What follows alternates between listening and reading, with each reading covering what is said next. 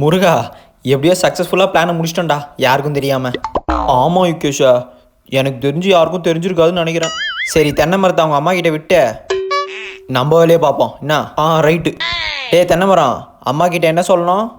யுகேஷ் அண்ணன் என்னை நல்லா பார்த்துக்கிட்டாருன்னு சொல்லணும்.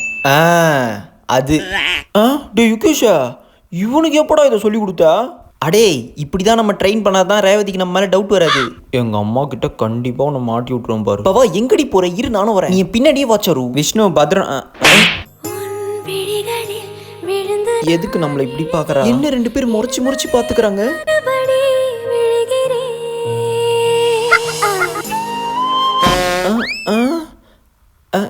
எதுக்கு இப்படி சிரிச்சின்னு போறா பாவா? யுகேஷா, என்னடா பண்ணா பாவாவை? நான் ஒன்றும் பண்ணலையடா, அவளே சிரிச்சின்னு போறா. பார்த்தா அப்படி தெரியலையே, நீ ஏதோ வேலை பார்த்துக்கிற. இந்த யுகேஷ் பொறுக்கி பாவாவை கரெக்ட் பண்ண பார்க்குற.